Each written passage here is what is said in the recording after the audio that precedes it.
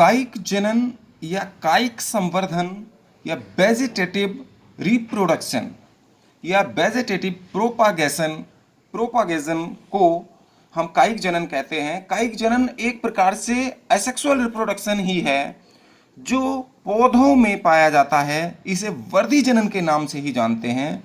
इसमें एक जो जनक पौधा होता है या कोई भी प्लांट है उसके किसी भी भाग से, किसी भी बड से या किसी भी पार्ट से, स्टेम से, एक जनक पौधे से या पेरेंट प्लांट से अगर हम उसको अलग करके लगा दें या कहीं पर रोप दें तो उससे नए पौधे का निर्माण होता है। इसे हम अलैंगिक जनन कहते हैं पौधों में, जिसको हम कायिक प्रवर्धन या वेजिटेटिव रिप्रोडक्शन के नाम से जानते हैं। अब ये पौधों में जो वेजिटेटिव रिप्रोडक्शन है वो निम्नलिखित विधियां हैं। नंबर 1 है प्राकृतिक कायिक प्रवर्धन। ये भूमिगत तनों में इसकी निम्नलिखित विधियां हैं। भूमिगत तनों से किस प्रकार कायिक प्रवर्धन हमें देखने को मिलता है। पहला है शल्क कंद। ये लहसुन और प्याज और ट्यूलिप में देखने को मिलता है। ये है शूट यानी कि तने का ही एक रूपांतरण है। इनके जो तने होते हैं लहसुन और प्याज और ट्यूलिप के, ये भूमिगत होते हैं और इनका निर्माण जो होता है वो शल्कों से होता है, स्केल्स से होता है। आप लोगों ने प्याज में देखा होगा। तो प्याज के अंदर कुछ शल्कों के बीच में एक्सिलरी बड्स पाई जाती हैं। जो एपिकल बड हैं, जो फ्लैशी लीफ हैं, इनके फ्लैशी लीफ या एपिकल बड के मध्य में एक्सिलरी बड पाई जाती हैं। ये एक्सिलरी बड जो होती हैं वो नए पौधे को जन्म देती हैं और कई बार एडवेंटिशियस रूट जो धागे की तरह प्याज में दिखाई देती हैं, ये भी नए पौधे का निर्माण करने में सक्षम होती हैं। इनसे भी, इनकी भी रूट से, इनकी अपस्थानिक जड़ों से नए पौधे का निर्माण हो जाता है।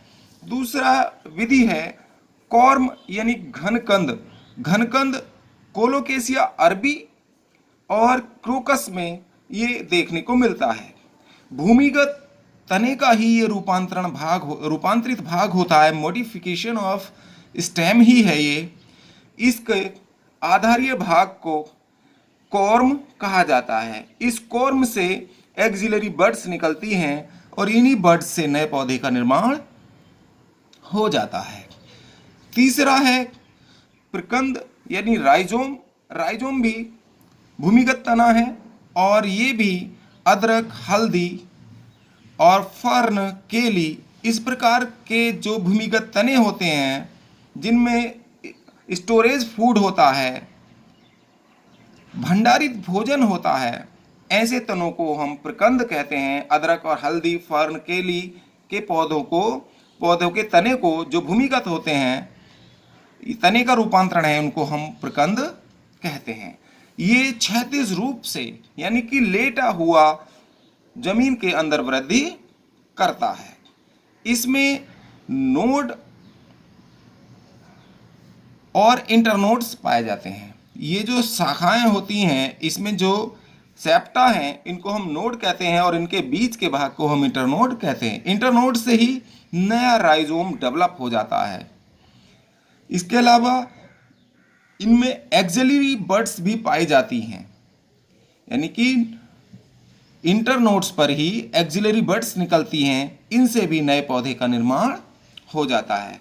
इसके बाद आता है कंद। कंद भी तने का रूपांतरण है, मॉडिफिकेशन ऑफ स्टेम है। आलू में, आलू के तने को हम कंद कहते हैं या आलू को ही ट्यूबर कहा जाता है। इसकी आलू पर आप लोगों ने देखा होगा आइज पाई जाती हैं। तने के इस आधार पर, जो तने का आधार है, वहीं से कुछ शाखाएं निकलकर ट्यूबर बनाती हैं और इस ट्यूबर में आइज पाई जाती हैं और आइज में जर्मिनेटिंग एक्सिलरी बड्स निकलती हैं। इन्हीं से शाखाएं निकलती हैं, कलिकाएं निकलती हैं और ये कलिकाएं नए पौधे को जन्म देती हैं। नेक्स्ट है हमारा अर्धवायवीय तनों से किस प्रकार पौधों में कायिक जनन या कायिक प्रवर्धन पाया जाता है। तो अर्धवायवीय तने सबसे पहला है उपभूस्तरीय रनर्स। रनर्स दूब घास, खट्टी बूटी, ये तने जमीन पर लेटे हुए वृद्धि करते हैं। ये सॉयल है, मिट्टी, मिट्टी की सरफेस पर आगे बढ़ते रहते हैं और इनमें नोड्स और इंटरनोड्स पाई जाती हैं। तो इनकी नोड्स से ही एडवेंटिशियस रूट निकलती हैं और ऊपर की ओर लीफ निकलती है। तो यहीं से अगर ये कट हो जाए या नोड से टूट जाए तो यहाँ से नए पौधे का निर्माण हो जाता है, या इंटरनोड से, नोड से ही नई कलिकाएं निकल आती हैं और नए पौधे का निर्माण हो जाता है। दूसरा होता है अंतःभूस्तरीय यानी सकर्स। मैंथा, गुलदाउदी आदि में क्राइसैंथेमम, जो गुलदाउदी का बॉटनिकल नेम है मैंथा, तो मैंथा में जो शाखाएं हैं, जो भूमिगत यानी कि जड़ के पास से जो शाखा निकलती है वहाँ पर रूट्स डेवलप हो जाती हैं। ये आधी अंत भूस्तरीय है, सकर्स हैं, क्योंकि इसका कुछ भाग मिट्टी में रहता है। तो यहाँ से अगर ये कट भी हो जाए, ब्रेक भी हो जाए, तो नए पौधे का निर्माण हो जाता है। ये मैंथा में देखने को मिलता है। भूस्तरीय स्टोलन है, ये अरबी में और स्ट्रॉबेरी में देखने को मिलता है। यहाँ से नया स्टोलन निकलता है जिसे भूस्तरीय कहते हैं, और ये यहाँ से जहाँ पर ये मिट्टी पर टिकेगा वहीं से जड़ें निकल आती हैं नोड से, और इसी नोड से फिर नए पौधे का निर्माण हो जाता है। फिर है भूस्तरीय का या ऑफसेट। ऑफसेट जलकुंभी और पिस्टिया में मिलता है। इसका जो तना होता है जलमग्न होता है, जल में डूबा हुआ, ऑफसेट कहते हैं। इसी से नई नई शाखाएं निकल जाती हैं, और अगर ये टूट जाता है, ये भी कई भागों में अगर ब्रेक भी हो जाए यहाँ से, तब भी नए पौधे का निर्माण ऑफसेट द्वारा हो जाता है। फिर है पत्तियों द्वारा। मांसल पत्तियां ब्रायोफिल्लम में, अजूबा में और बिगोनिया में पाई जाती हैं। अजूबा में और बिगोनिया में आप लोगों ने देखा होगा कि उसके किनारों से लीफ बड्स निकलती हैं और ये नए पौधे का निर्माण करती हैं। तो पत्तियों द्वारा कायिक जनन होता है। इसके अलावा कृत्रिम जनन है, आर्टिफिशियल वेजिटेटिव प्रोपागेशन जिसे कहते हैं हम।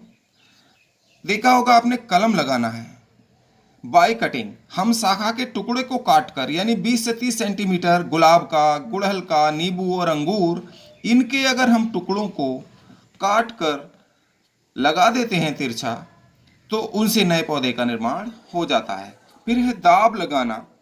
स्ट्रॉबेरी में, अंगूर में दाब द्वारा, जैसे कि किसी शाखा को हम जमीन में दबा देते हैं तो वहां से जड़ें, ये रूट्स डेवलप हो जाती हैं और फिर मेन प्लांट से इसको कट कर दिया जाता है और नया पौधा बन जाता है।